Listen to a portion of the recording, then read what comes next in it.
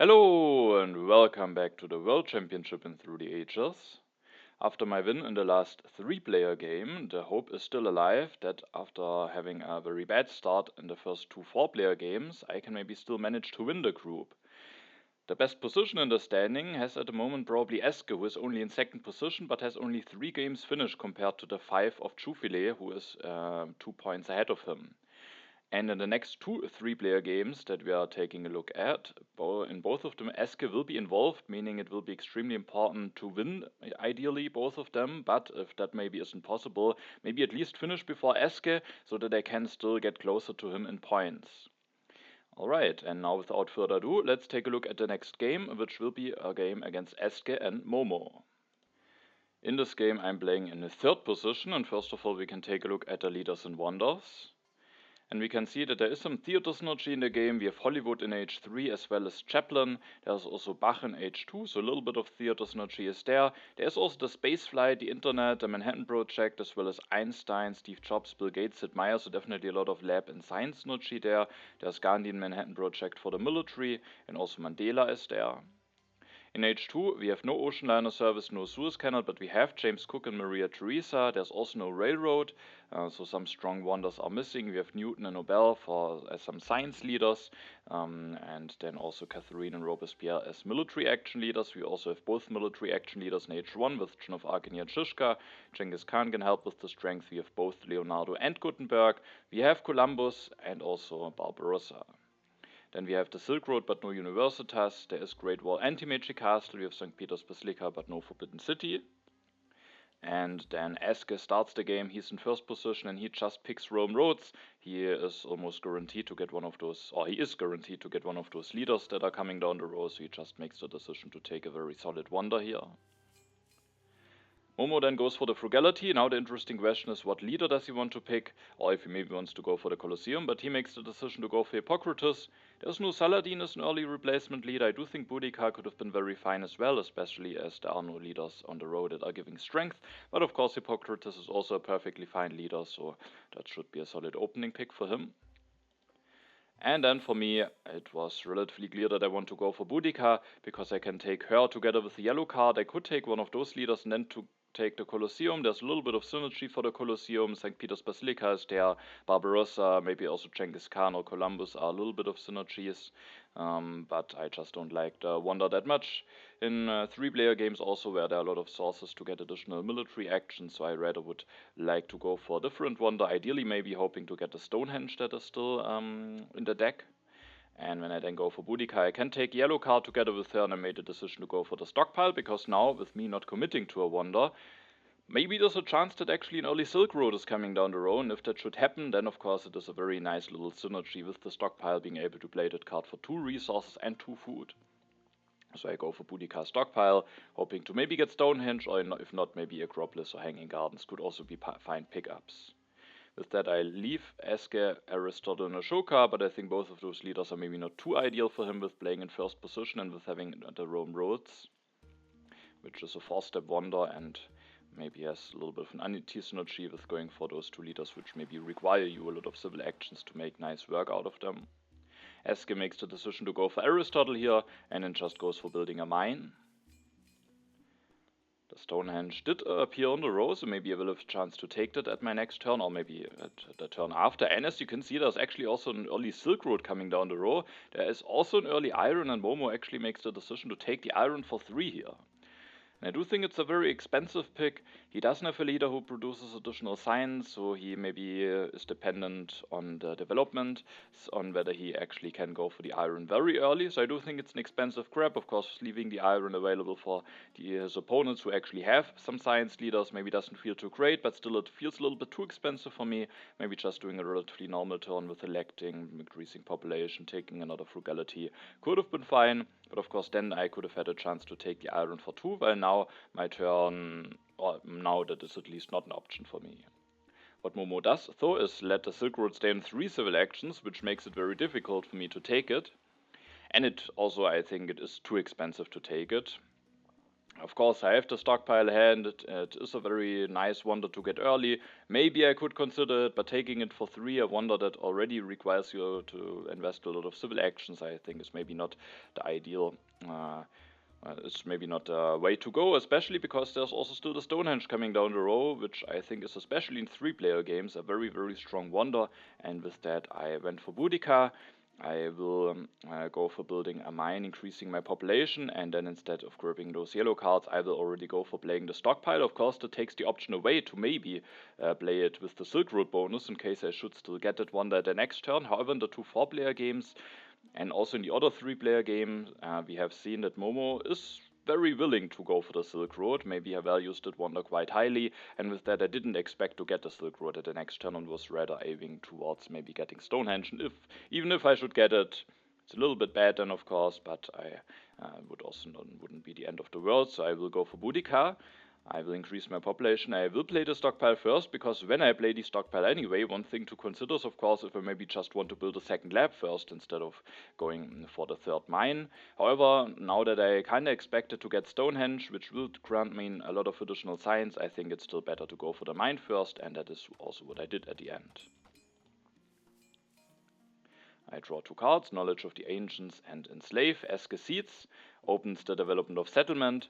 He will go for building 2 stages of the Roman roads, maybe just wants to be somewhat civil action efficient, and then grabs 2 of those HA yellow cards. Now moemoe has to make a decision between going for Stonehenge or for the Silk Road. He first of all will seed, the development of markets are revealed, he will take 2 additional resources from that, and he will indeed go for the Silk Road. Will elect Hippocrates, builds the second lab, and then builds 1 step of the Silk Road.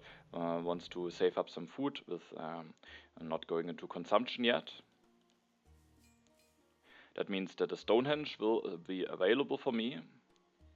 And first of all, I will also push.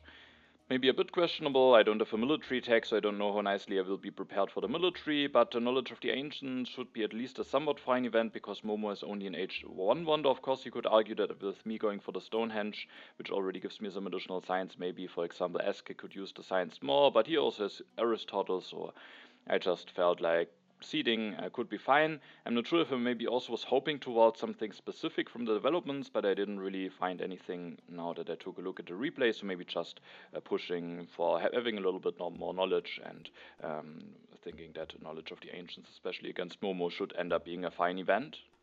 The development of science is revealed. This turn I will build the second lab, I will go for the Stonehenge, I will increase my population to get out of corruption. I actually took 2 food from the development of markets so that I can again increase my population at the next turn.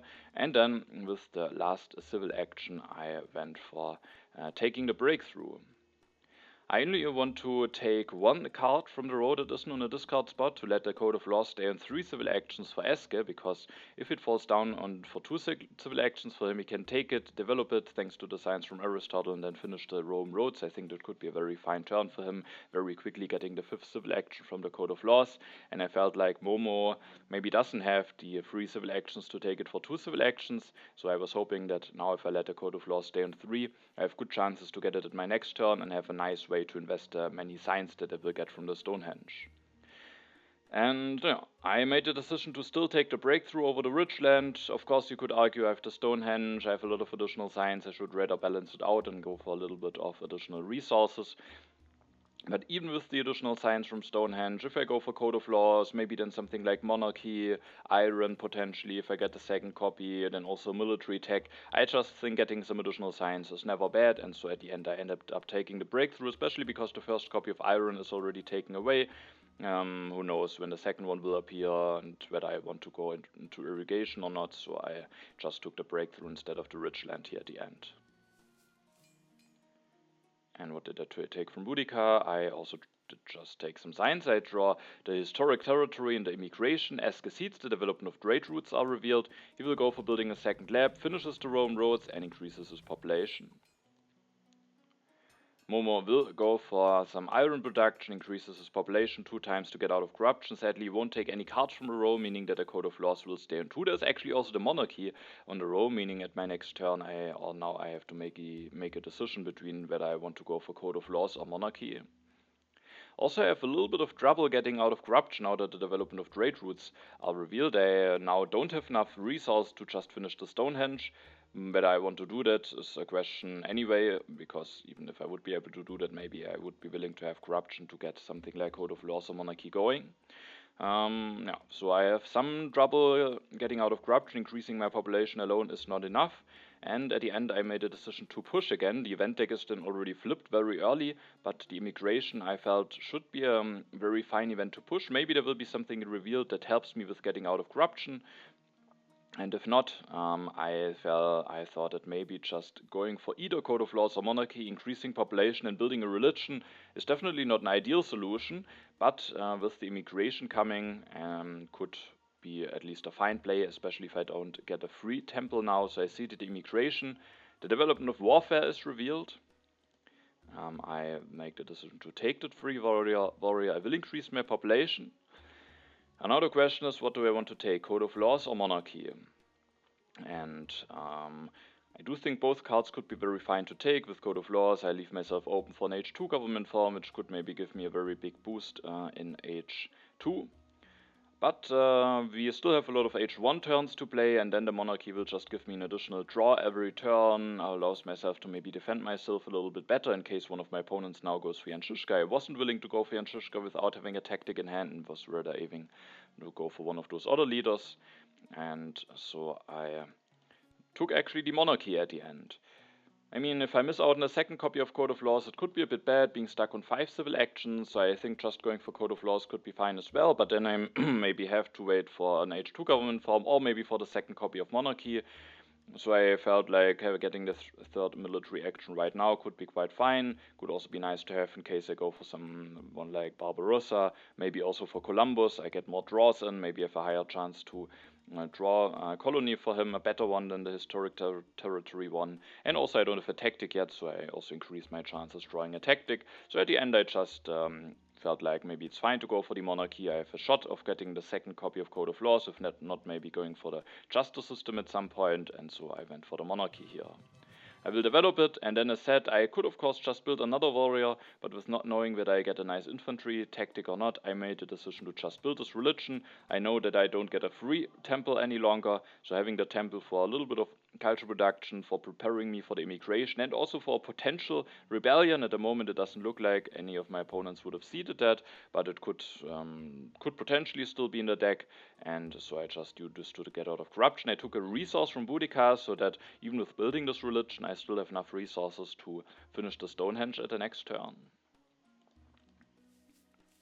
I will now start drawing 3 cards, and thanks to the third draw I actually get this phalanx tactic. In case I get a copy of Knights soon, that might be nice to have. Also I draw the foray in the Raiders. Eske goes for the Code of Laws, that of course makes a lot of sense with having Aristotle, he develops it. Goes for Yanshishka, actually elects him already. Aristotle at the end maybe not being the ideal leader, only scoring 1 science, but it can of course still be the right decision to go for Yanshishka. He actually reveals the Legion tactic, and with that makes sure to be the strongest. And interestingly, he also builds religion, maybe also just to get out of corruption. Maybe he saw me building religion and felt like maybe there is something like rebellion coming or immigration, so he actually also goes for building a religion here. This copy of Knights will sadly be discarded before my next turn, meaning I don't have a chance to take it and maybe prepare myself for the phalanx tactic. Moemoe seeds, and there is actually a rebellion in the deck, very likely seeded by Eske, so he, with building religion, prepared himself for that event, and now I was actually very happy that I built a temple at my last turn, as otherwise I would have lost 2 civil actions now. And for Moemoe, I think that's a very bad event. He has only 4 civil actions, he has the Silk Road, for which he requires a lot of civil actions to build it and also to make use of it with the yellow cards, so I do think that is quite a big setback for him. At least he can still do a somewhat fine turn, taking the knights, the military tech, getting out of corruption with getting the second upgrade in, but taking a rich land, maybe getting something like alchemy or just building a step off the Silk Road could have been very nice, so definitely a setback for him here. Now it is my turn. I actually pushed the foray into the deck.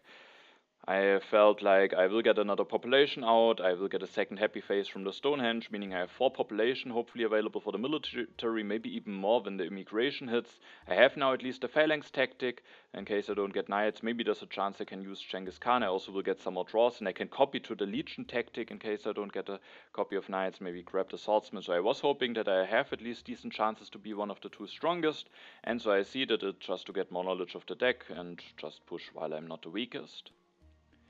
Sadly, even without being the weakest, I still get hit by something here, the barbarians, a bit unfortunate.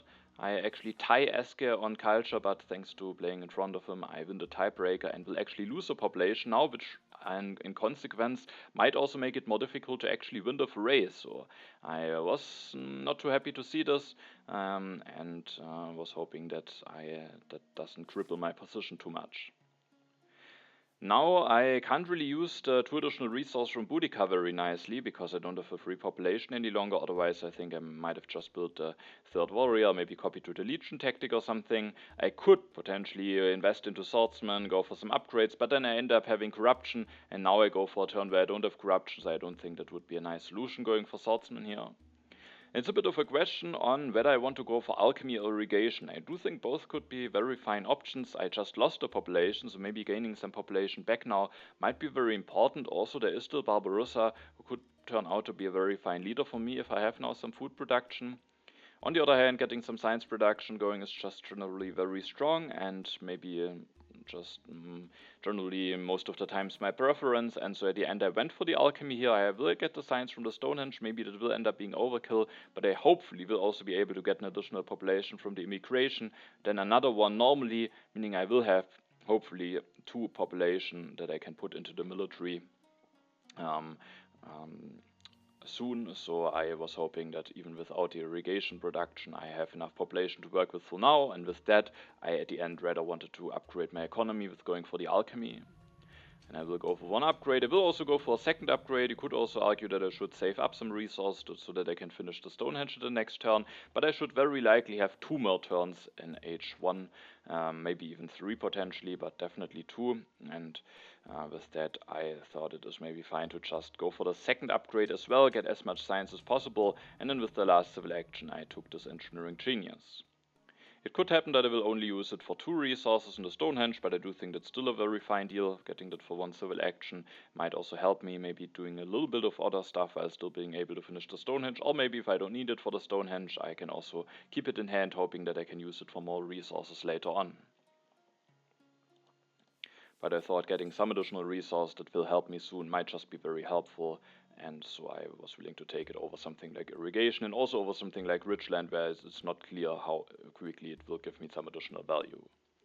Eske seeds and immigration is revealed. Both I and Eske will profit from it, so for both of us building the temple in this particular situation was very much worth it, and I was happy to be part of that. Maybe if it would have been revealed a little bit later I could have finished the Stonehenge, but I likely won't finish the Stonehenge at the next turn, so that was to be expected that Eske will be part of that. He has a similar decision to face. He also could have gone for alchemy, but he instead will go for irrigation. Already in the games that we have seen from him, I think we saw that he values the irrigation relatively highly, was willing to take that, I think, for 2 civil actions in some of the 4-player games. Kind of liked it to make a setup with that, and here he's actually willing to build a 3rd farm immediately, which of course works quite nicely with having Jan Shishka. So he will go for some upgrades, has now 5 food production already, and takes the swordsman in hand so that he can go for more military if needed with being on the legion tactic. Moemoe this turn will just use all of his civil actions to finish the Silk Road, get a little bit more of some science going, which I think is fine. Now it is my turn. As you can see, I think I push the call to arms into the deck, hoping that I will be at least not the weakest, and at the most will only lose 1 civil action. Maybe I could have also pushed the raiders, but I have no iron production going, I have no food production going, and then the raiders can actually be a bit annoying if you're still stuck on those Bros H or HA technologies, so I rather was willing to maybe lose 1 or in worst case 2 civil actions, and see that a call to arms. Also I will actually go for Columbus this turn, with having this historic territory as a backup colony, he's just a very nice transitional leader. The other leaders are not in the rows. I don't know when I will get them, if I will still get a civil action back, how many civil actions I will have to pay to take them from the row. And then if the call to arms hits me, if I'm still maybe searching for a strong colony, maybe in H2, maybe the draw could actually get really strong if that maybe gives me a colony at the end. So I push the call to arms into the deck, and the event revealed is the Knowledge of the Ancients. That gives me 2 additional resources with having not finished the Stonehenge yet. I will this turn go for the Swordsman. Of course, I could also go for Knights in the Phalanx tactic, but I made the decision to rather copy to the Legion tactic, also because it gives me a nice way of spending the 2 military resources from Boudica this turn, but also at the next turn, which maybe also would have been possible with the Knights, as I can build a Knight and then just build another Knight, but like this I can also just upgrade some units if I don't want to commit a 4th unit into the military yet. So I go for the Swordsman. Also those are available for 1 civil action cheaper. So I go for the Swordsman. I actually build an additional one. I copy the Legion tactic, making me the strongest, just in case there are some strength events coming. Eske was willing to replace Aristotle very early and be the strongest with the Anshishka, so it's definitely possible that maybe 1 strength event could still be there in the deck. And then after that I have 3 civil actions left. First of all, I will increase my population to get out of corruption. I will take Columbus for the already mentioned reasons. And then with my last civil action I will just build a step of the Stonehenge. And then at the next turn I can finish the Stonehenge either with or without the Engineering Genius. And then if I need to use the military resource from Boudica, I can either go for some upgrades or just also build a 4th infantry unit. I keep 1 aggression and 2 events, also the colony for Columbus. Eske doesn't push, instead goes for the Trade Routes Agreement. He wants to use food as resource, which makes sense. He has gone for 3 farms very early, so the pack now very nicely allows him to maybe shift a little bit of food into resources, while Momo has gone into early iron, has not the most food maybe laying around, so I do think this pact makes sense for both of them, so I was not too happy to see this pact being accepted. Eske goes for the Great Wall. He has already the 2 warriors, maybe can soon go for more, especially with having that much food production, so that definitely has a lot of potential. He is willing to invest 3 civil actions into it. He then builds an additional warrior, going for the 2nd Legion tactic with the Anshishka, and starts building on the Great Wall. It might look like he isn't able to finish it at the next turn, but you shouldn't forget that the Trade Routes Agreement was just accepted, so even with having only 4 resources, Eske will be able to finish the Great Wall at the next turn, allowing him to go up to 10 strength. Now it's Momo's turn. He has to follow up. He has only 2 military actions, so he has to do something about his strength. He will go for the Knights, builds 1, goes for an upgrade to get out of corruption, takes the urban growth, doesn't increase his population yet, and he will reveal the Phalanx tactic, which makes it that he also gets stronger than me. Now it is my turn. I don't want to push as I'm the weakest. I will elect Columbus as it will be my last turn in H1. And then I have the 2 additional military resources, and I actually made a decision to not only go for some upgrades, but build an additional swordsman. And not only that, I will go for as many military action usages as possible. And because of that, I also use the Engineering Genius now. First of all, because I don't know for certain how nicely I will be able to use it again. And second of all, because that gives me the option to not only build a swordsman, but also go for 2 upgrades. You might of course argue maybe it's a bit overkill, but I do think it's nice because now I spend all of my military actions in H1, which is now maybe even more relevant than generally, because I have Columbus, and if I now have my military just set up for the next few turns, I can maybe just get 3 draws in during every H2 turn, giving myself a decent chance to at some point maybe get an H2 colony, which would be very strong. So I wanted to get all of those upgrades going in. Now Eske can finish the Great Wall, but it will only put him to 10 strength, meaning maybe at my next turn I can push the Raiders and I can have a chance to maybe win a strength event. Then I have 2 civil actions left. I take the Breakthrough. It's just a very nice card to get for 1 civil action. Even with having that much science, it's not that great then of course, but I still take it. And now, sadly, this copy of Code of Laws, I feared that it might be taken away by Momo, so that I will be stuck on 5 civil actions for now, but maybe there's a small chance that I will get it at my next turn. And then with the last civil action, I actually went for a copy of Drama here. And now, I think the Drama is a nice pick. I have already 3 military actions, so the warfare is maybe not that great. I also have a bunch of science, so maybe it could still be a fine technology to invest into. But there is Bach in the game, Chaplin, Hollywood, so there's some synergy, especially Bach is important, I think, for the dramas. And also, I have Columbus. I might want to use him relatively early and then ideally get a quick replacement. And with being prepared for one more leader, I just increase my chances that I can go for a quick replacement that I actually can use nicely. And also, I have delayed my resource production for now, so maybe being able to go for some cheap buildings together with Bach and with that produce a bunch of culture could be quite strong. Eske goes for the masonry, uses it to finish the Great Wall with using the trade routes agreement, will then increase his population 2 times. Now H2 will start. Both of the leaders that are left stay on 2 civil actions for moemoe, and definitely not ideal for him because he has actually had Hippocrates for whole of H1, which is definitely not something that you want to have. He is now going for the Magic Castle, which is a nice way to maybe spend his big iron resource production, and then he can increase his population 2 times thanks to the trade routes agreement, showcasing that also he can get some nice value out of it. But I was relatively happy to see his turn. On one hand, of course, the Magic Castle plus maybe building a knight can make it that he soon can go up to 11 strength if he wants to. But he doesn't take the Code of Laws, and I just have that many signs lying around that I think that is just a very nice boost to get. And actually there's also a copy of coal coming down the row, which maybe I can take at my next turn. Moemoe doesn't go for one of those leaders yet. Joan of Arc will for certain be discarded, Barbarossa not, but he has no food left, so for now Moemoe might be playing without an H1 leader, which is of course not something you really want to have. Maybe he could have gone for Barbarossa and get some activations immediately, but then of course he wouldn't have been able to go for the Magic Castle here.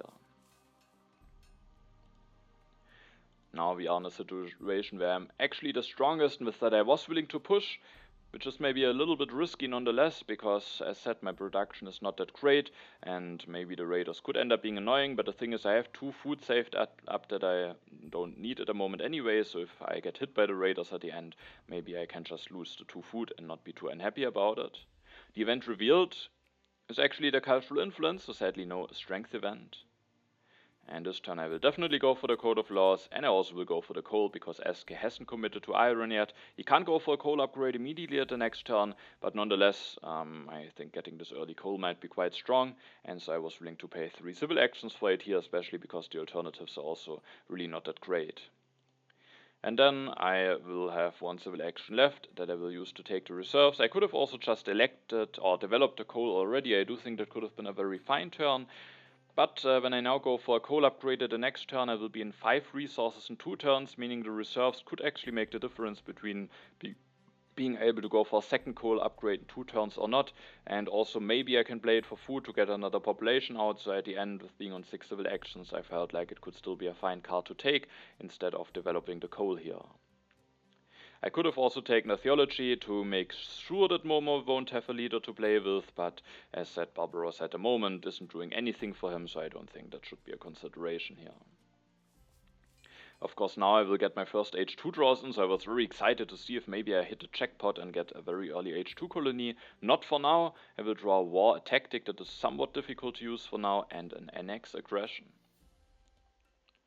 Eske seeds and opens actually the new deposits, which is best for moemoe if he finds a nice way to use this resource, but he has taken the Magic Castle. If he has seeded that, maybe another reason to take the Magic Castle, as otherwise maybe he just doesn't find a way to spend all of those resources. And Eske will go for the iron. He will actually build an additional mine, again using the trade routes agreement, and then will also go for 1 upgrade. So he went for some early irrigation production, has the happy phrase from the Great Wall, the additional yellow token from the Roman roads, and maybe uses that to now really go for 3 farms, 4 mines, and with that go for some big upgrades, for some big production, while being on H1 upgrades. Now it's moemoe's turn. He will use his resources and get out of corruption with finishing the Magic Castle. Then he will go for the selective breeding, which makes sense. Now he is guaranteed to be able to start some food production at the next turn. Now it is my turn, and here I have a little bit of a tricky decision to make for my politics phase, because I am the strongest, and I have actually seeded a bunch of strength events, 2 of which for 2 of which it is nice to actually be the strongest, the call to arms and the raiders, and now I have a chance to be actually the strongest during an event opening, while Maybe after my turn, Eske could get a bit stronger. Momo also can always build an additional knight to get strong. He actually didn't do it at a turn before, interestingly. It would have made a difference between being strongest or weakest. So interesting that he didn't spend the additional resources for an additional knight. Maybe he has already a tactic drawn, or maybe just didn't want to miss out on a draw or something. So now I would have a chance, but the only event that I can push is to historic territory, which is my backup colony for Columbus. So if I push this now and I don't draw an H2 colony, Columbus isn't doing anything. While if I keep it in hand, if I don't draw an H2 colony, at least I will get a happy face in 6 culture, which is still somewhat nice. And so at the end I wasn't willing to push, but now it could definitely be a nice chance to maybe dodge an event like Raiders or Call to Arms. But instead I didn't see it. I went for the coal, go for an upgrade. Thanks to the new deposits I can go for a second upgrade at the next turn even without having to play the reserves for resources. Then I also definitely want to go for the strategy. I have still a nice amount of science saved up, and developing it at the next turn might prepare myself nicely for the strength events again, which I think was also a reason why I was willing to keep this event in hand, hoping that at my next turn maybe I can make sure to get the strongest again with going for the strategy. And then with my last 2 civil actions, I just take 2 yellow cards, the cultural heritage and the wave of nationalism. If I invest into strategy, I am actually already a little bit low in science, so the additional science from cultural heritage might still be quite nice, and the wave of nationalism could also be nice at some point. Maybe there's a colony coming where I can send a bunch of swordsmen away and then transition into the mobile artillery. There's just a chance that I can use it nicely at some point, and so I was willing to take it into the hand. I could have, instead of taking those 2 yellow cards, also maybe just played the reserves for food and increase my population, but if I then get hit by the raiders, I will lose resources, and it's the question that would be a situation that I would prefer. So at the moment I just wanted to stay flexible on how I want to use the reserves, and instead just took those 2 yellow cards. Again, I will be getting some H2 draws, and I actually do hit a jackpot here. I was very, very happy to see that I draw the autonomous territory, probably the best colony to get. It will upgrade my monarchy very nicely. It will give me a boost with also getting a bunch of one particular resource. So I was really happy and definitely get a bit lucky here with going for the Columbus gamble, and it actually paying off very nicely here. Now it's Eske's turn, he seeds. I was happy to see that there is no event revealed that gives him additional science, because that could have allowed him to go into scientific method upgrades already this turn. Instead a call to arms is revealed, so if I would have seeded at my turn, and especially now of course with throwing an H2 colony, that could have maybe been better in hindsight. Now I will sadly lose a civil action. Momo will lose 2 civil actions. I do think he gets punished here for not building a knight at the turn before, because him being on 4 civil action and now losing 2, I think is just very painful for him, especially after already having gotten hit by the rebellion earlier. Eske will increase his population, takes the constitutional monarchy that he can go for maybe at some point, also takes the scientific method and goes for an upgrade. At the next turn with having the masonry, can maybe go for 2 scientific method upgrades. Momo will also go for scientific method, builds a knight now. Maybe it's a little bit too late, the damage has already been done, at least to some parts. He will also build a religion to get out of corruption. And at my turn I don't want to wait, I just want to get the benefits from the autonomous territory immediately. The big question is of course, what do I want to take from it? As you can see, I actually made it that I take additional resource from it.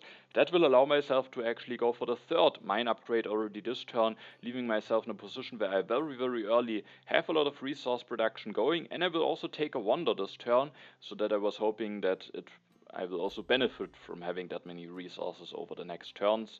So I could have taken some science, I could have taken food, increased my population a bunch of times, but I think that didn't work that nicely if I remembered correctly. So at the end I just took the 5 additional resources and just go for 2 more coal upgrades here.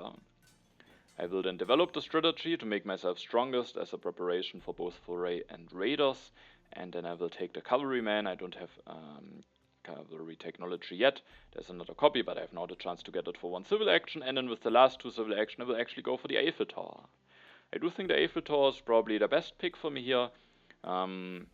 With having the H1 government form, I think it should be better than statue. The happy face very likely will be quite meaningful, in which I think are situations where the Eiffel Tower shines, and I just have that much production that I want to have a wonder to invest into. And if I don't take one now, all of those four might be discarded. Of course, getting the Harvard College might be quite strong, but I don't know when that will be available and whether I actually have a chance to take it. So I wanted to commit to a wonder now, and I will go for the Eiffel Tower here. The statue, I think the additional yellow tokens could have still been fine. But especially with my opponents maybe very slowly starting to get a bit of a cash lead, I thought that maybe having a way to just not fall behind and stay in touch with them in regards of culture production could be quite nice. The Louvre, I think, is not something to consider here, especially because I think the happy face is meaningful and I already have lost two blue tokens from the autonomous territory. I could have thought about Maria Theresa here, but I just don't have a lot of food production right now. I have a lot of resource production already, and I was kind of hoping to maybe still get Bach at some point. Eske actually does a revolution here. He could have just gone for 2 scientific method upgrades, which I think also could have been very strong, and then maybe done a revolution at the next turn. But on the other hand, he also still needs maybe something like cannons, potentially riflemen. He has swordsman in hand at least, but with the Great Wall, maybe also a cavalryman, so at the following turns maybe there are just 2 important cards to take. Maybe he could have waited until he can develop the Conman peacefully, but at the end he is willing to make the revolution. That means, however, that also at the next turn he won't have the science to go for scientific method upgrades. He will build a warrior. Sadly for me it's just not enough to get him out of corruption, but nicely for him he has the defensive army tactic, which makes it that he is the strongest, which could mean that I will end up losing the raiders, some stuff to the raiders at the end. But it also means, of course, that Eske is showing that he has the strong tactic, intensifying maybe that one of his opponents or both of his opponents will try to take the cannons away from him.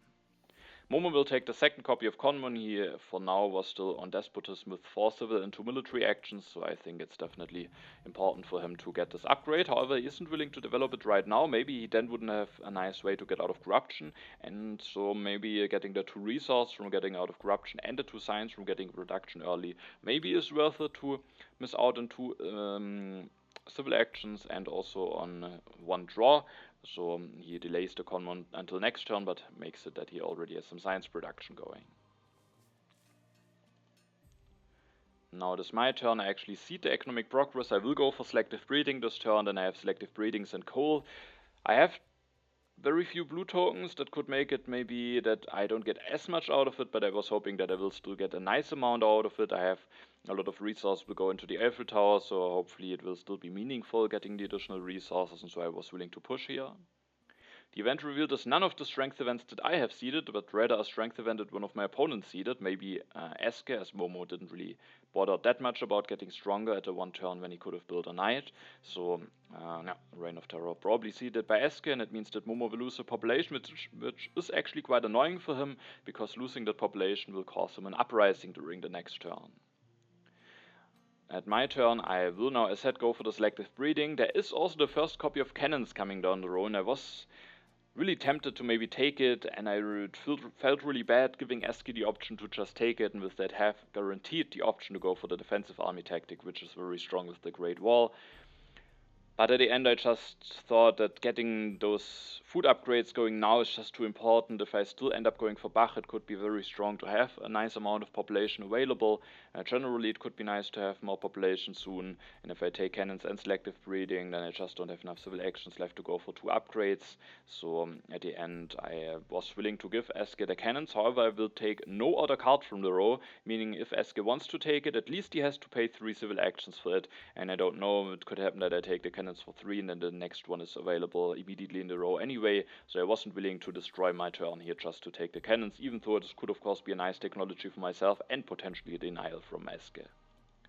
Instead I go for the selective breeding. I go for 2 upgrades. Sadly, as you can see, even going for 2 upgrades doesn't get me out of corruption, and to get out of corruption I then with the last 2 civil actions played the reserves for food and increased my population, just using some civil actions that I maybe want to do at some point anyway, and with that I will just be able to increase my population again at the next turn. If the foray is revealed, maybe I have a chance of finishing the Eiffel Tower the next turn, and if not, I have to see how I can maybe spend my resources. The keep some cards in hand, and I was very happy about my draw here. I draw the classic army tactic, and with that, even if I miss out on the cannons completely, that should be fine, as I have 4 swordsmen already, and if I build a bunch of cavalrymen, I have now some very nice strength potential. Even though, of course, just copying to the defensive army tactic with the cannons could have been very strong, which was another reason why I really thought about taking the cannons, as there is already this tactic revealed. Maybe it could have been safer to take it, but I do think it's just really strong to have this food production going already now. And I get a bit lucky and not get punished by it with getting this classic army tactic. Eske seeds, the foray is revealed.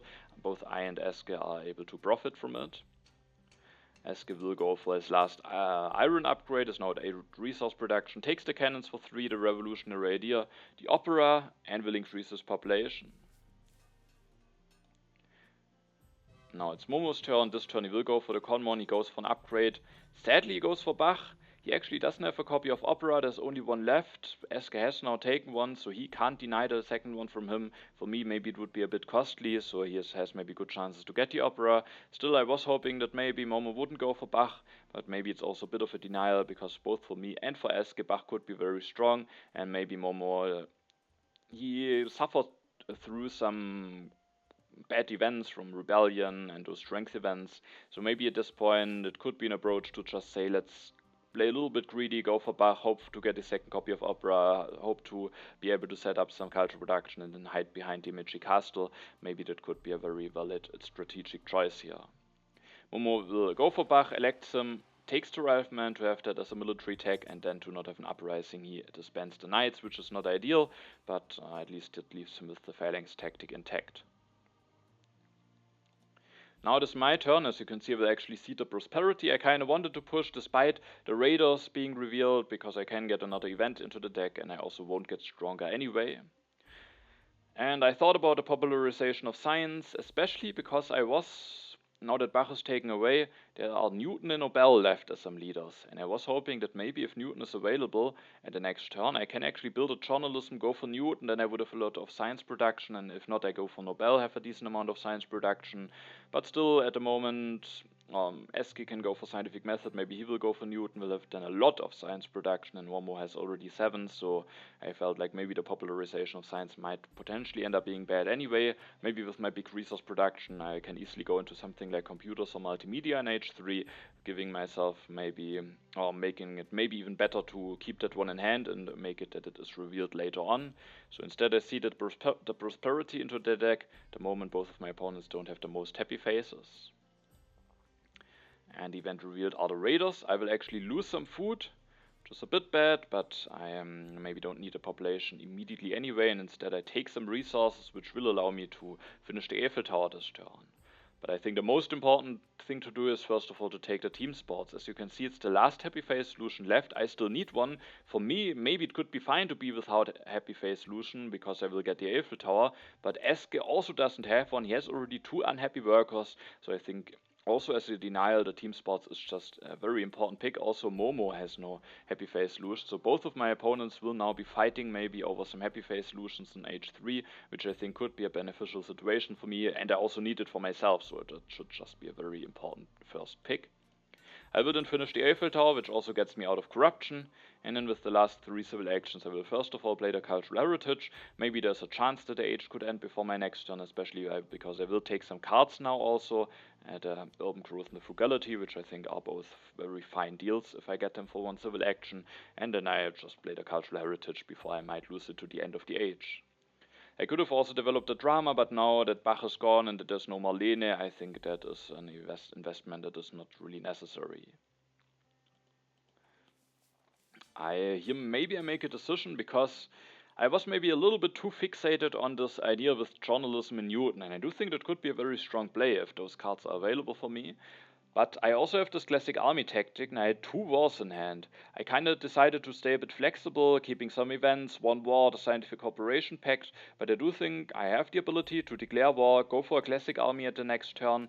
I think I was thinking that Momo has the Imechi Castle, can maybe make it that he is prepared. Eske has the ability now that he will get, or he has already the cannons, so he should always be able to defend himself. And Momo is also the player who I don't really have to be that much concerned about when looking at the standings. So I think those were reasons to maybe discard one of the wars, but I just have some very nice military potential and could maybe potentially steal some things from moemoe, also damage him, because I still, of course, want to win the game, and with that I need to finish before him also, so I maybe should have kept both wars in hand here, as in case I don't want to go for some Newton journalism play, it could be a very strong option to actually declare war, go for 2 cavalrymen, reveal the tactic, and despite he made G, maybe that is enough strength so that moemoe can't really threaten to overtake me.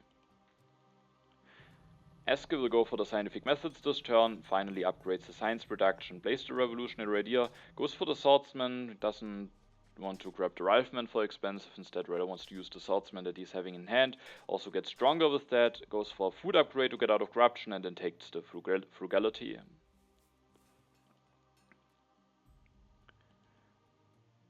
Now it's moemoe's turn. He will go for developing rifleman, for developing selective breeding, will go for 2 food upgrades, for 1 upgrade to rifleman, another upgrade to rifleman, putting him at 13 strength, taking the cannons, going for 1 more temple for free, and I mean he now makes it that he doesn't have any unhappy workers any longer, potentially being prepared for some H2 happy face related events, can build it for free thanks to the Silk Road bonus, could have maybe also taken something like Breakthrough, which is very valuable to have with the Silk Road, but using this urban growth before he loses it to the end of the age of Cosmo makes also a lot of sense. However, as you can see, he only leaves himself with 6 resources here. And that makes him somewhat vulnerable. Also, you can see that even after there are some cards revealed, after moemoe's turn, Newton won't be on the row. And with that I will actually go for a war territory, and was a little bit unhappy to not have a follow-up war in case moemoe can't really defend that one either. Because the best moemoe can do is to build a cannon, which will already require him to destroy something, as he will lose 1 yellow token to the end of the age, only 1 because of Hippocrates. So the best he can do is build a cannon and copy to the defensive army tactic. I have drawn the Napoleonic army tactic. That is something that he can't have. He can't have something like classic army, and also I know that new deposits are out of the deck, which could be a potentially helpful event for him. And if he builds a cannon and switches to defensive army that's +6, then it's at 19. Even if he sacrifices, he is not able to overtake me in strength. So I made the decision to go for this war, especially now that going for Newton with journalism is not an option. I could have still just gone for journalism. I think that could have been fine, but at the end I felt like putting a little bit of pressure on my opponents could be fine, and maybe soon there could also be some H3 solutions available to upgrade my science production, which could then be even stronger. So I played a classic army tactic that actually makes me the weakest, allowing myself to play the Wave of Nationalism for 6 resources. I developed a cavalryman, I built 2 of them, putting myself at 25 strength, and to get even more strength I can go for Nobel. I'm now at 27 strength, and I will increase my population to get out of corruption, sadly missing out on the breakthrough, but at least getting some additional science from having Nobel now. I draw 1 card, the Acceptance of Supremacy. I was very unhappy to see what will happen now, because that is basically the one realistic way. I mean, one way to maybe lose the war could be if there is something like economic progress revealed, but even then building another cannon doesn't really help moemoe that much. Maybe if he has conquistadors, he could then build 3 cannons and reveal it, but it would be very costly. But there's one way how I potentially could end up losing the war, and that is this promise of military protection, which sadly Eske will offer to moemoe, giving moemoe 4 additional strength. And now if moemoe copies to the defensive army tactic and sacrifices, he is actually able to win the war, which is still very costly for him. He has to destroy something, he then has to sacrifice, but still I could end up now losing yellow token, which might be bad, because while moemoe gets still quite disrupted by this war, I will lose something, and that doesn't help my position in compared to Eske. So I was not too happy to see this. Eske is actually willing to take Newton for 3, maybe can save at least 1 civil action already this turn, and he goes for developing the cannons, builds 1, destroys a mine, destroys a farm, builds 2 cannons, putting himself at 32 strength, making himself the strongest, but he's actually willing to destroy a mine and a farm. So here we can now see the bad consequences of him not having a happy face solution, and no, he is actually willing to go for the destruction in order to set up 2 armies. Could have maybe also kept 1 mine or 1 farm. I'm not sure if he then would have maybe had corruption, but no, definitely price that he pays, and maybe also a consequence of me going for the dwarf. So maybe even with potentially losing it, it could have still done a bit of damage to Eske. Now I was interested to see if moemoe will indeed be willing to go for that sacrifice line. He will destroy mine, he will build a cannon, he copies to the defensive army tactic, and the bad thing is that even with sacrificing a knight, which he does need for the tactic, he can just overtake me in strength now and win the war. So that was of course a risk with declaring the war. I know of course that this pact is in there, but still I was a bit unhappy, and sadly I will lose a yellow token now. And it hurts especially because I actually don't have that many. I have now only 5 tokens left in my bank. I came to the conclusion that I don't want to push here. I don't remember the exact reasons, but maybe both of the events are a little bit too uncertain on how nice those actually will be, because I will go for Mandela, meaning I will drop down in science for the popularization of science, and if I will be the strongest, or if maybe Eske will be the strongest, is also not clear. So I actually offer the scientific cooperation to moemoe, and he actually accepts it. A little bit of a surprise, but I mean, moemoe is the breakthrough in hand with the Silk Road bonus, can develop the opera very cheaply now, can maybe then also go for some other attacks, so it definitely could end up being an equal impact, and with that I think it's maybe a good decision from moemoe to accept it, even though there is of course the risk that he will get less out of it than I do. I this turn have to go for the team sports. I now need the happy face solution myself, and as said, I will go for Mandela. I do think Mandela, getting him that early and getting the additional civil action that early is just very strong, and so I take him, I elect him. The Nobel Prize is being activated. It early could be a bit bad because Eske has more science production and can maybe make use out of them more easily. But nonetheless, I was willing to go for Mandela. I will build a team sports, at least getting +1 from Mandela for now, in addition to the 2 culture production that he is giving by default. And with my last 3 civil actions, I will just take the revolutionary idea. I will have corruption, which is a bit bad, but I have a lot of resource anyway, so maybe it's also not too bad. And with the revolutionary idea, I, for example, can go for an H3 government form if it is available at the next turn. Generally, if I maybe want to go for air forces and an urban building technology, I might need some science, so I was willing to reach out even for 3 civil actions to secure myself that copy of revolutionary idea. I will then get my first H3 draws, an impact that maybe could be fine, it has to be seen, but definitely could end up being a fine impact, and then also an aggression and a pact. Eske seeds and opens the scientific breakthrough, so that event I think was seeded by him and helps him now out the most. Maybe another reason why he was willing to grab Newton actually for 3, as that also now boosted him what he can get out of the scientific breakthrough event. Sadly, with me switching from Nobel to Mandela, I don't get as much out of it. Eske this turn develops the opera, develops the military theory as well, scores the first Nobel Prize, which is possible thanks to the scientific breakthrough, and then he takes the tanks, the reserves, and increases his population. So he maybe manages to keep the culture lead for now. Moemoe goes for the military theory using the scientific cooperation pact, goes for the opera, also being able to score Nobel Prize, making nice use out of the pact actually. So for now it was a good decision for him to accept it. He will then go up to 10 culture production, takes the patriotism, and also increases his population. Doesn't go for Gandhi, but I mean, I'm already on 6 military actions, Eske on 7, so maybe Gandhi doesn't really make him very safe anyway, so he just maybe hopes to be safe with the Michi Castle. He doesn't go for the air forces, so I do think he takes a greedy line here. Maybe that is what he has to take here, because he is behind, or maybe together with me, behind in culture, and he clearly has the worst economy.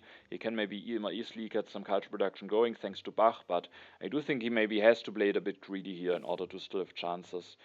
Maybe he could take the Air Forces, play it more safe, hoping that there will be a war happening between me and Eske, but no, he plays it a bit greedy. Definitely could get punished for it if he misses out in the Air Forces, but I do think he's in a position where maybe he just has to play it a bit greedy from now on. But I was of course happy to get the Air Forces, because especially with having the classic army, I do think that's a very important upgrade. I see it here, the refugees, with getting the Air Forces and also the Manhattan Project that I will go for this turn. I was just hoping that I will actually be in a good position to win the refugees, despite Eske having this big Great Wall bonus at the moment with the defensive army tactic.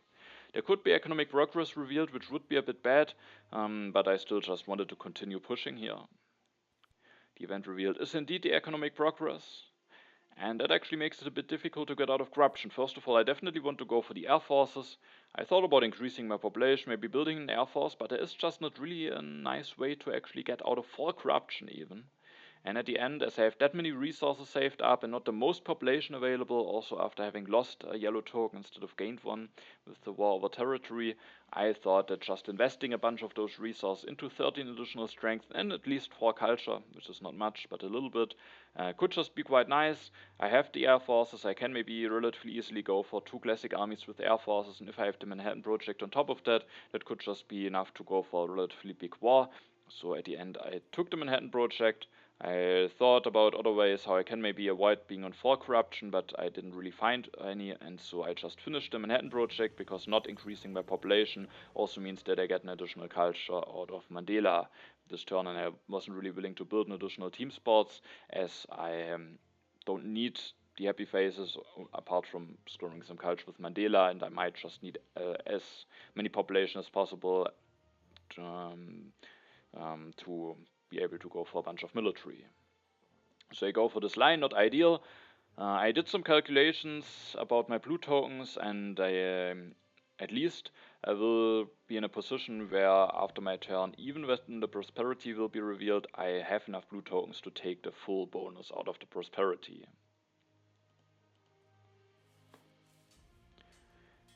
Also, we can maybe take a quick look at the overview. Very importantly also, I draw 2 wars. With having the air forces, that could give me a nice way to maybe score some culture, potentially punish moemoe in case he further plays it a bit greedily, maybe even punish Eske potentially if he isn't careful, if he maybe doesn't get the second copy of air forces.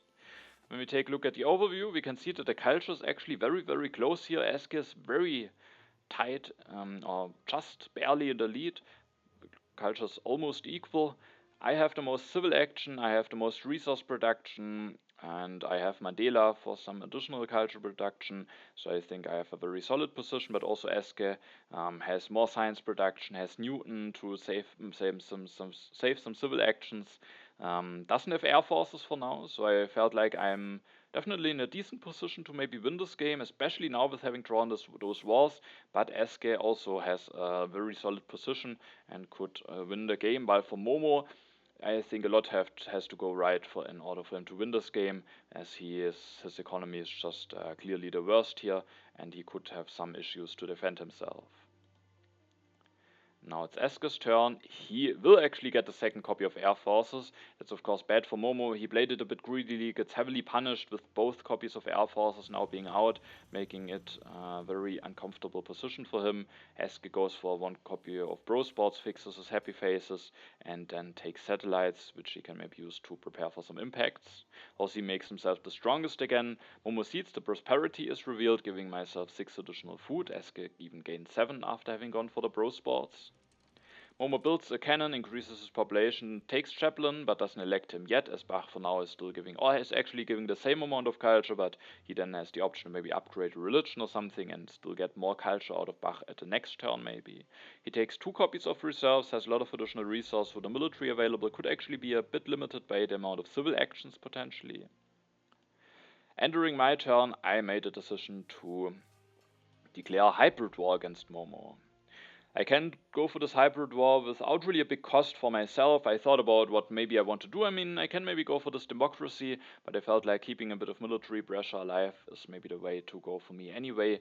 And at the end, I came to the conclusion maybe my turn looks relatively similar to what I'm doing when I actually am declaring this war. I think I won't miss out on a lot of draws, maybe even any draws, and so I can just go for this war without it being a very big cost for myself. While for moemoe, it's very annoying. He at least has Chaplain, can get some additional happy faces from him, but nonetheless, it will be a very annoying war. So I will increase my population, I will increase my population again, I will go for air forces, build 1, develop it, build 1, build a team sports to not have any more issues with an uprising, increase my population to get out of corruption. After doing that, I have 3 civil actions left. I thought about taking the democracy, but there's another copy coming down the row. I will let it stay in 3 civil actions for Eske. moemoe maybe is occupied with defending against the war, so I was hoping that I will still get a copy of democracy the next turn, and that I can use this turn to just take some nice yellow cards for 1 civil action, the reserves, revolutionary idea, and also the endowment. We have to see if I will be able to use that for more than 3 culture if moemoe now loses maybe some culture to the war. But even for 3 culture with me having that many civil actions, it could be fine. And there's always the chance that moemoe maybe doesn't see any hope left for him and potentially resigns, in which case the chances increases that I can actually use the endowment for 6. But even with moemoe staying in the game, there's definitely a chance that I can maybe find a way at some point use it for 6 culture, which then will be a very nice boost and a relatively cheap one with that card being available for 1 civil action. I keep the war, the 2 impacts, and also an occupy. I even draw another war, also impact of competition, which could be nice. As you can see, Eske follows up, has drawn a war for himself, will join me in the war against moemoe. That of course makes it now look quite dire for moemoe. He probably already had the worst position. Now he gets hit by 2 wars, and one of them being a hybrid war, making it that he actually can't as easily put a lot of population into the military. Eske takes the space flight, which could end up being a very strong wonder film with having some strong Newton science production. And moemoe at this point makes the decision to resign, which I think is a perfectly fine decision. I do think at this point there's almost no hope left. Both I and Eske, our military positions seem to be stable, so the hope that maybe one of us would declare war against the other is just not really that high, and even if it should happen, he's maybe just too much behind to capitalize on that. So he just resigns, and I mean, at least 2 wars were declared against him, meaning that it doesn't really influence the game in any big way, like it is sometimes the case with resignations. I still think it's even then the right decision to resign if you think that there is no hope left, but in this position there were even 2 wars declared against him, so now Eske and I just both get 7 culture out of it. I mean, Eske probably would have gotten a bit more out of the war, depending on how moemoe would have decided to sacrifice with Himeji. Maybe he would have kept his units and then only sacrificed against Eske, but with Eske also having a normal war with culture, not a hybrid war, maybe he would have gotten a bit more out of it, so maybe it hurt him a little bit more. But I also had some follow-up wars that I maybe could have declared then in age 4 to really capitalize on my military that I am having. Now only Eske is left in the game, and it would be really important to finish before him, so I had to play it very carefully. Of course, I always try to play my moves carefully, but now I really wanted to turn this position in a win, as I felt like I have a very solid position.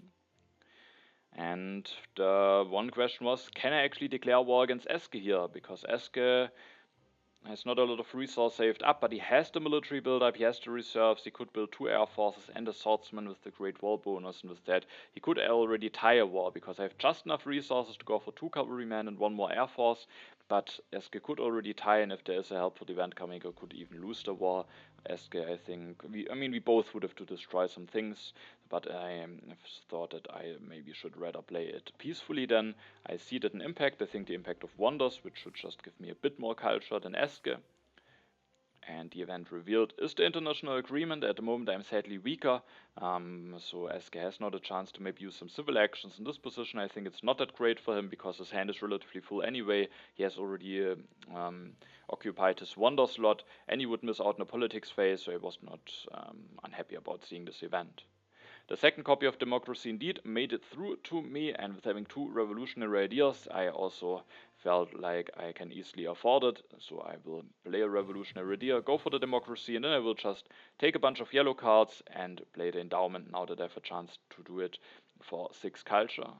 Just taking all of the yellow cards away. For Eske it's a bit problematic because he will likely have, or almost guaranteed have, 2 more turns, and he has 6 resources now, will have 12, and then plus 4, 16, so just enough to finish the space flight, but if he doesn't get any yellow cards, he can't really do a lot else or anything else. There are no copies of reserves, no engineering genius left, so I was hoping that he maybe will get a big space flight, maybe some Nobel prizes, but hopefully he just can't build anything more from now on, ideally.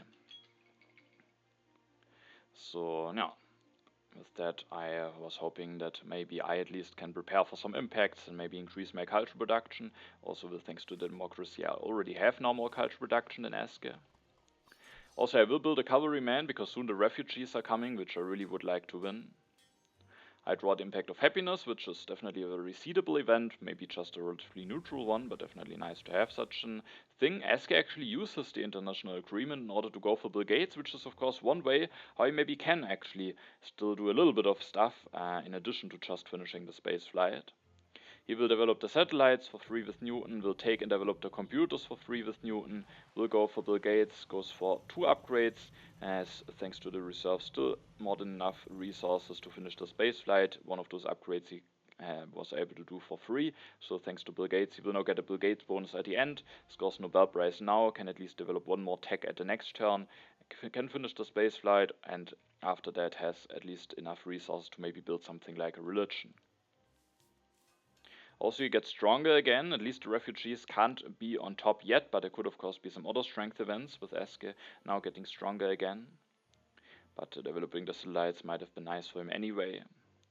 Now it's my turn. There could be something bad, but I just wanted to get some impacts in, so I see the impact of happiness here, which is maybe the safest one. And there is indeed an event in international negotiations, but with it being revealed on my turn, at least I can decide what I want to pay to Eske, and I made a decision to pay him some science. For myself, it is a little bit bad to lose the science, but I can still go for 1 Nobel Prize at the next turn if I want to.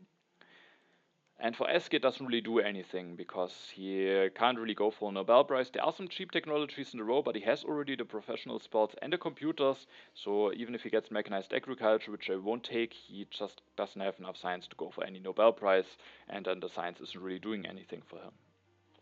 I this turn go for the United Nations. That was already the plan the turn before, and I have 2 impacts in hand, so hopefully I will be able to maybe seed and evaluate an impact ideally if I prepare for it nicely.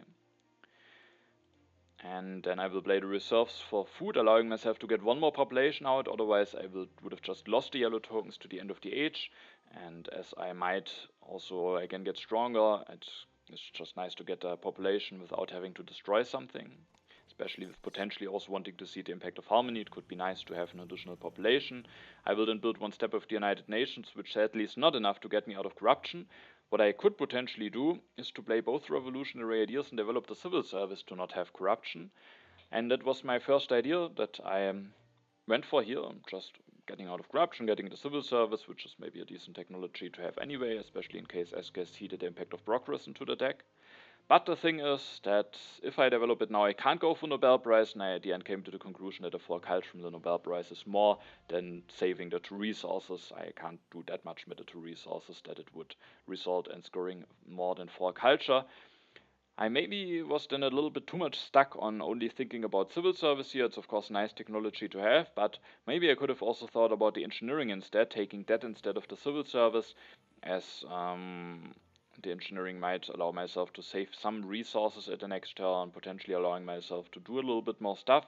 So I think that was a bit of an oversight, and instead I just took the civil service and played both revolutionary ideas, not developing it at this turn to be able to score Nobel Prize the next turn, but I maybe was too much focused on getting the civil service, because my first ideas for the turn were to just develop it and get out of corruption, so that at the end I didn't really think about the option of going for the engineering, which maybe in case I go for something like computers, multimedia, pro sports, could just save me some resources and could allow myself to do a bit more stuff, especially because I have more than enough civil actions to do everything that I want to do at my next turn. So that I think was a bit of an oversight, and I maybe should have just taken the engineering and played 1 revolutionary idea less. I build a cavalryman to again get stronger in preparation for the refugees. I sadly don't draw another impact, but at least I have those 2 in hand. Now H4 starts, Eske seeds, and I was very happy to see that the refugees are revealed immediately, so Eske doesn't have the chance to get stronger, which he maybe could have done with using the military build-up. So that culture swing is in my favor. Sadly I won't get the population as I don't have some yellow tokens left, but at least I get the 3 culture, which is very nice. Eske will use the military build-up, finishes the space flight for 28 culture, which is definitely quite a strong one. He will then dispense some swordsmen, build an air force, build a religion, take the multimedia away from me. Now it's my turn. I will actually seed the impact of harmony, because the impact of competition, I have the option to evaluate it during a specific time at my turn, which will be better than when I would have put it into the deck now. So I will keep that one in hand and push the impact of harmony. The event revealed is the freedom of movement, so a bit unlucky for Eske that he at the end wasn't able to make use out of the freedom of movement, instead had to lose a population during his turn with the refugees. Definitely for him the order would have been better the other way around. I will use that to put a cavalryman into team sports, already preparing myself a little bit for the impact of harmony, For the impact of competition, it doesn't really change anything at least. I will develop the civil service, I will develop the professional sports, scoring a Nobel Prize, and I thought about building even an additional professional sports, but I came to the conclusion that just upgrading all of these is better, then I don't have to destroy anything, and I can just get the same amount of benefit for the impact of competition, so I go for those 3 upgrades. I will now finish the United Nations for 16 points, evaluating the impact of competition, which is quite a decent impact for me, with giving it me +6 against Eske. And then afterwards I can disband the swordsman, meaning that now I just was able to evaluate that event at the perfect amount of time, and I will disband the swordsman to improve the impact of harmony that I pushed into the deck. Also potential impact of agriculture would now be improved, so I think the turn should be quite good.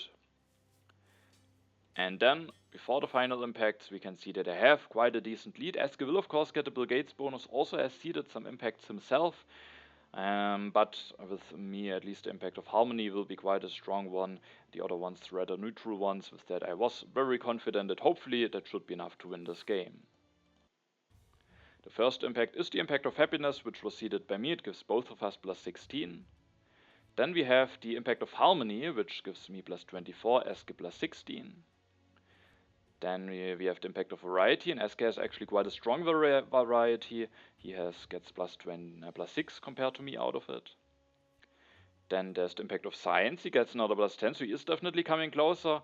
But the last impact is one of mine, the impact of wonders, giving me just a little bit more than Eske. And even with the Bill Gates bonus, Eske is not able to overtake me, but it's still relatively close. Only 11 culture, so definitely, I'm not sure. Probably. I mean, if Eske with the freedom of movement would have been able to actually get stronger, and I couldn't have pushed because of the refugees, who knows, if that maybe already would have been enough to lead to a different outcome. So I definitely was a bit lucky with that last event order from the last H2 events, and yeah, so at the end I'm very happy to win this game. Definitely got a bit lucky with that autonomous territory, Columbus gamble paying off very nicely. And then after getting that nice value, also getting that very early coal going, I think I just had a very decent position. I also drew the classic army tactic to not be dependent on getting the second copy of cannons. So I think things went quite nicely for me. A bit unfortunate then when I lost the war over territory because of Eske having this pact available, but it was a risk that I took. And even with losing the yellow token, I just was in a very decent position.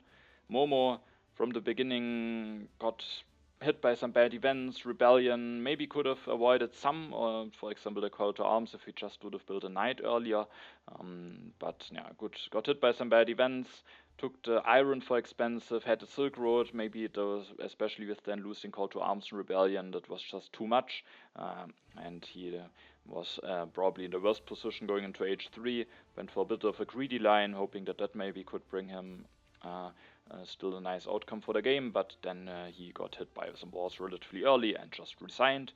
And Eske went for some big irrigation production early on, had then some big iron production, had a great wall, so I think he had an interesting position. And had also a very strong position during H3, but at the end my position was just enough to score a little bit more points, also with a bit of luck with the last event order, and maybe drawing some impacts. Alright, with that we are at the end of this game, and we can now see what that means for the standings. As you can see in the standings, this win was a very important one for me, because now I'm completely back in the running again. I have 4 games finished, 11 points. I'm only 2 points behind Eske, 2 points behind Chufile, but he has already 1 additional game finished, so I'm completely back in the running. And the next game will also be very important, because that will be a 3-player game against Eske and Chufile. If I should be able to win this one, I have everything completely in my own hands again for the 2-player games. If I lose this one and the other ones gain some points, then then my position gets more difficult again. So yeah.